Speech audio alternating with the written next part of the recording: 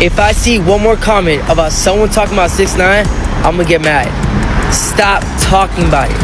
I don't want to hear about it. I don't want to hear your theory about it. I don't want to hear none of that. Oh, it was this. Oh, yo, Red. Yo, Red. Listen, boy, listen. Stop that, okay? You guys are causing me a lot of trouble, okay? Detectives came to me already, okay? Like, it's getting ridiculous. They're going to my mom. Like, this is a big problem. If you guys keep going with this Island Boy stuff, I promise you I'm gonna get mad.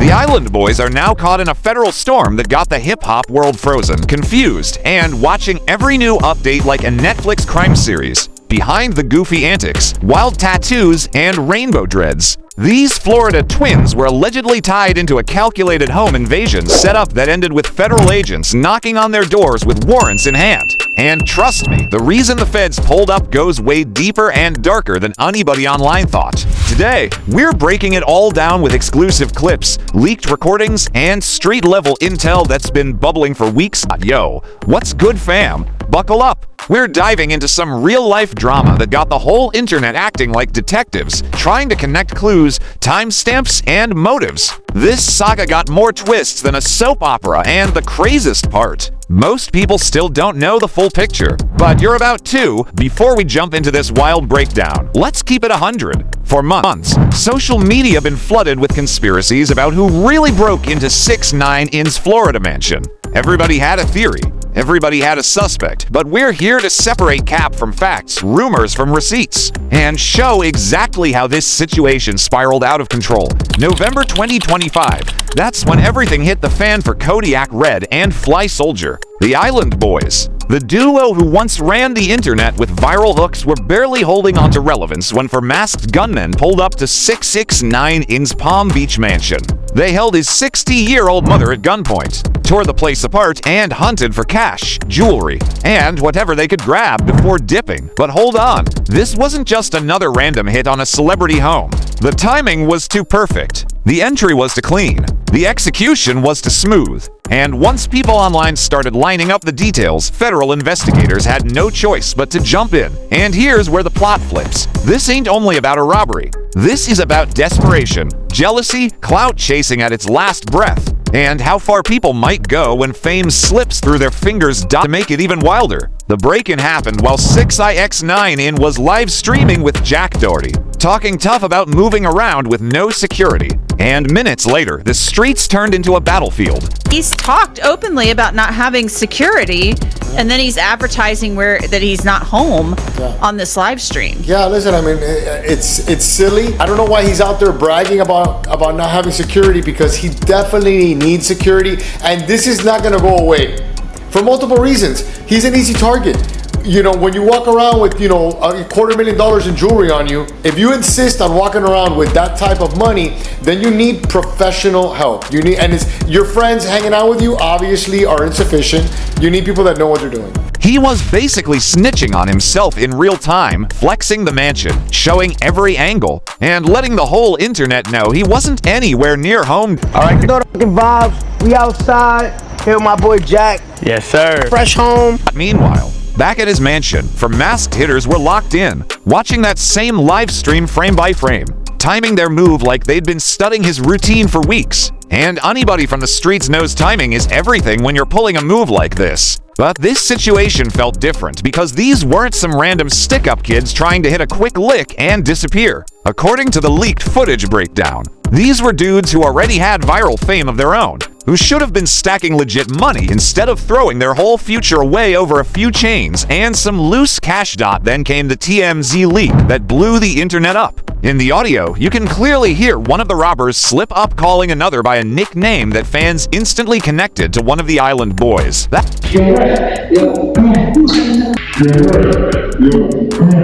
That's some real suspicious timing right there. And the internet wasn't about to let that slide. Within hours, social media detectives were dissecting every frame of that footage like they were getting paid by the FBI. But yo, the story gets way deeper than just recognizing somebody's voice. Internet detectives went full CSI mode, analyzing walking patterns, body posture, shoulder movements, even the way these masked dudes carried themselves. The mannerisms, the stance, the signature swagger swagger. Everything was lining up with clips of the Island Boys from their music videos and IG posts. People were out here comparing how they swing their arms when they walk, how they tilt their heads when they talk, even how their body language looks when they're nervous on live streams. But here's where things really flipped. The jewelry breakdown. Fans noticed one of the robbers rocking what looked exactly like the same custom chain Kodiak had been flexing on Instagram. And we're not talking about a basic pendant. This was a distinctive custom piece with specific engravings, the type of chain you can't just remake at the mall. In the leaked clip, you can see it peeking out from under the robber's hoodie, and the design matches perfectly with photos posted just weeks before the break-in. That's the kind of detail that makes federal investigators perk up and start digging for real. Now, let me break down the money side for y'all, because that's where the motive starts snapping into focus. The Island Boys went from internet sensations pulling serious bags from features, appearances, and promo deals to being practically forgot. I think if God forbid it doesn't go in your guys' direction, for real, I think you guys take all of your jewelry assets and invest it in something, so you guys will never ever be broke again. Hey, George, hold on. Hold on. Hold on. Podcast. No, here, I'm moving for you. I was giving you nice advice, bro. And now you got 6ix9ine and still stacking millions, still flexing cars, stacks, and diamonds on the gram like none of his legal chaos ever mattered. And that's when the elephant in the room couldn't be ignored anymore. As the heat turned up and social media detectives started building a cleaner case than actual forensic teams, one of the Island Boys finally cracked under the pressure and decided to speak out. And fam, his response said everything. The way he addressed it, the tone, the energy, you could tell the speculation, the rumors, the investigation. It was getting to him heavy. Stop mentioning me in your videos. Stop. Or whatever videos you're mentioning me in, stop mentioning me in the comment section. Stop. Stop, you understand me? Homie came out swinging hard with alibis, talking about being in Vegas when the hit went down, dropping way to many details nobody even asked for. He's mentioning taxes, West Coast routes, exact time stamps, and locations like he wasn't defending himself online. He was prepping for a courtroom cross-examination. Hey, for anyone that's saying that I had robbed somebody's house, 6ix9ine, Red is in the west coast of Florida, and I was in Vegas. I just got to Florida, just now. I'm riding a taxi. I just got to Florida. What you saying? Tripping. I ain't robbed nothing, man. Risk real talk, that's straight defensive energy right there. Why are you explaining your whole location history if you really got nothing to hide? But let me break down what happened next. Dude got even more heated, telling everybody to stop bringing up the 6ix9ine situation completely. He was snapping, getting frustrated, saying he didn't want to hear theories, rumors, nothing, getting aggressive at anybody who even hinted at a connection asterisk. But here's the real kicker. Homie straight up admitted that detectives had already pulled up to question him about the whole situation, and they were pressing his family too. You hear that? Detectives already at his doorstep. That means the cops were taking these social media theories serious enough to actually interrogate him and his people. And when investigators are knocking on your mom's door because of internet detectives, that's when you know things are looking real suspicious. The fact they were questioning his mother shows how deep this investigation was getting, and the psychological pressure. You could feel it. You could hear it in his voice, see it in the way he moved, the way he talked. This wasn't some cool, calm denial. This was a man who was genuinely stressed and feeling the walls close in on him. The way he kept begging people to stop talking about it, saying the rumors were causing him real problems. That's the kind of behavior you see when someone knows things are getting too close for comfort. But if I see one more comment about someone talking about 6ix9ine, I'm gonna get mad. Stop talking about it. I don't want to hear about it. I don't want to hear theory about it. I don't want to hear none of that. Oh, it was this. Oh, yo, Red. Yo, Red. Listen, boy, listen. Stop that, okay? You guys are causing me a lot of trouble, okay? Detectives came to me already, okay? Like, it's getting ridiculous. They're going to my mom. Like, this is a big problem. If you guys keep going with this Island Boy stuff, I promise you I'm gonna get mad. But here's the real kicker. Homie straight up admitted that detectives had already pulled up to question him about the whole situation, and they were pressing his family too. You hear that? Detectives already at his doorstep. That means the cops were taking these social media theories serious enough to actually interrogate him and his people. And when investigators are knocking on your mom's door because of internet detectives, that's when you know things are looking real suspicious. The fact they were questioning his mother shows how deep this investigation was getting. And the psychological pressure. You could feel it. You could hear it in his voice, see it in the way he moved, the way he talked. This wasn't some cool, calm denial. This was a man who was genuinely stressed and feeling the walls close in on him. The way he kept begging people to stop talking about it, saying the rumors were causing him real problems. That's the kind of behavior you see when someone knows things are getting too close for comfort. But here's where the plot takes a wild turn. While the internet was building a full-blown case against the Island Boys, and while one of them was clearly cracking under the pressure of federal investigators, 6ix9ine himself came out with a completely different story that flipped everything upside down. When Dean Ross asked him directly on livestream about the Island Boys rumors, 6ix9ine shut it down immediately. He said he didn't think it was them at all. He claimed what he saw during the robbery didn't match anything the internet was running with. He was adamant, saying the internet detectives had it wrong, that people were making up wild conspiracy theories just for clout. What's up? So I want to make this video to clear up all the fake news and rumors. So the world knows this. It's a fact. I'm on house arrest. I've been on house arrest. I think everyone in America and everyone across the world knows that I'm on house arrest. Yesterday, they allowed me to leave for work. People, I guess, saw that I was on live stream with Jack Doherty. They took that opportunity to do some. Like I said, it's me, so I get it. The rules are different for me. But if it was your favorite artist, your favorite actor, and that was done, they don't get no cool points for that. My mom is 60 years old. Y'all know I'm supposed to come home. Y'all know I'm home all the time. I'm on house arrest. So y'all take the opportunity that I'm not home. Y'all see me on live stream with Jack Doherty in Miami, and y'all do that. That's whack. Get no coupon for. I don't think nobody respects that. 6ix9ine didn't just deny it. He got real specific with it. He started breaking everything down like he was giving an official police report. He said his neighborhood got hundreds of houses, so in his eyes, it was probably some local kids who hit the lick.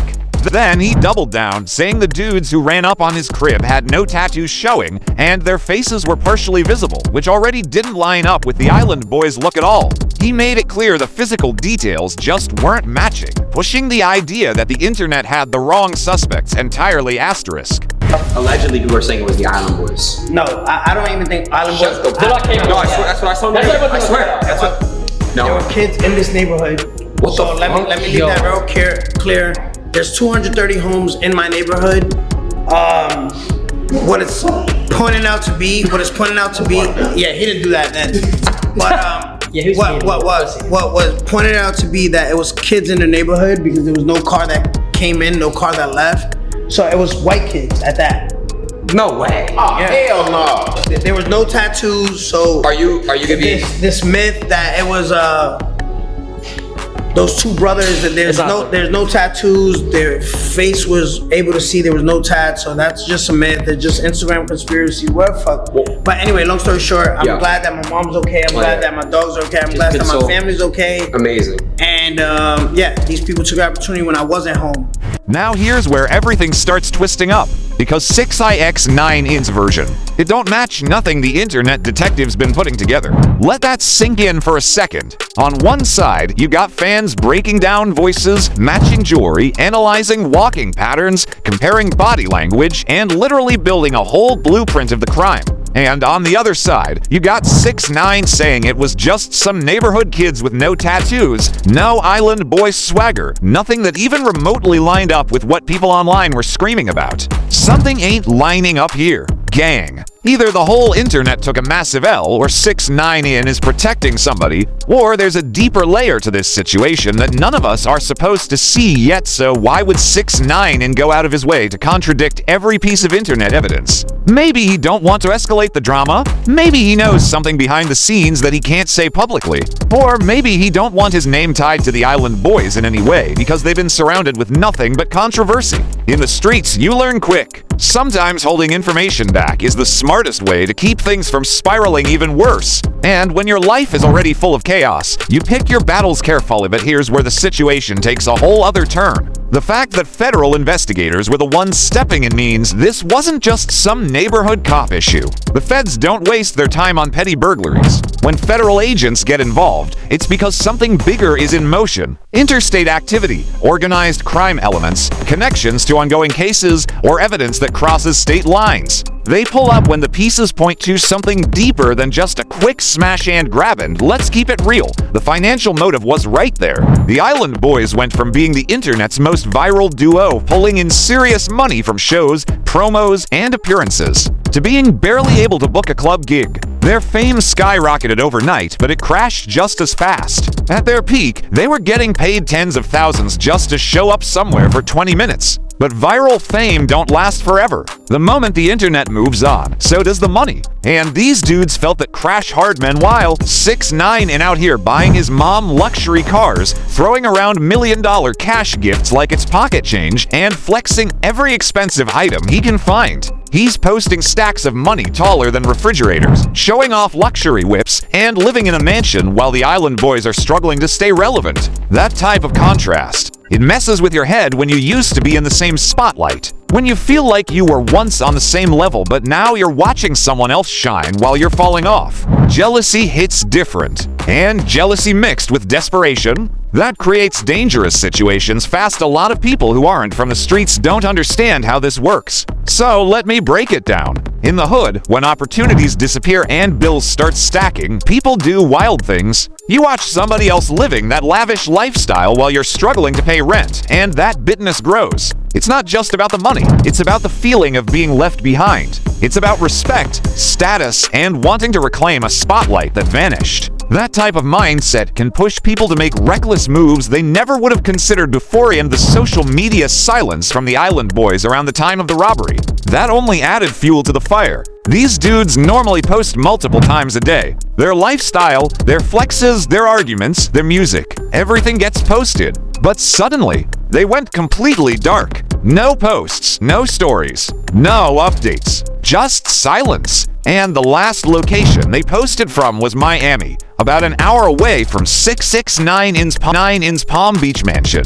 People noticed that instantly, and the theories started flying. Then came the voice analysis. And let's keep it real, the internet went deep on this. Fans weren't just guessing. They were comparing accents, vocal tones, speech patterns, breathing rhythms, even running voice clips through software. Multiple breakdowns showed similarities between one of the robbers and one of the Island Boys. Some people even claimed the match percentage was high. Now, is that enough to convict someone? No, but is it enough to make investigators look twice? Absolutely, but here's the thing. This story ain't just about the robbery anymore. This whole situation exposed something much bigger. It showed how social media fame can be both a blessing and a curse. The Island Boys had the fame but lost the fortune. 6ix9ine had both but made himself a walking target by flashing his wealth nonstop. Combine jealousy, desperation, and online flexing, and you get the perfect recipe for chaos. And beyond that, this case proves something else. The internet is becoming a powerful force in modern investigations. People online are breaking down evidence faster than some detectives. They're comparing footage, analyzing audio, and building theories stronger than some official reports. We're living in a new era now. Social media detectives can spark investigations that law enforcement is forced to pay attention to. When thousands of people start pointing to the same suspect, cops can't ignore that. And the fact federal agents were even involved shows how serious this got. But let's not forget the real victim, 6ix9ine's 60-year-old mother. This woman was held at gunpoint in her own home. Whether it was the Island Boys or some neighborhood teens, she went through real trauma because of her son's choices and the lifestyle he promotes online. She don't speak much English. She goes to church every week. She didn't ask for any of this, but she suffered because someone saw her son as an easy target. And in the streets, people been whispering about the details, the timing, the execution, the way the robbers moved through the house, the knowledge of when to strike. It all screams inside information, or at least someone who'd been watching the house for a long time. Random burglars don't know exactly when a celebrity is live streaming. They don't know the layout of the home.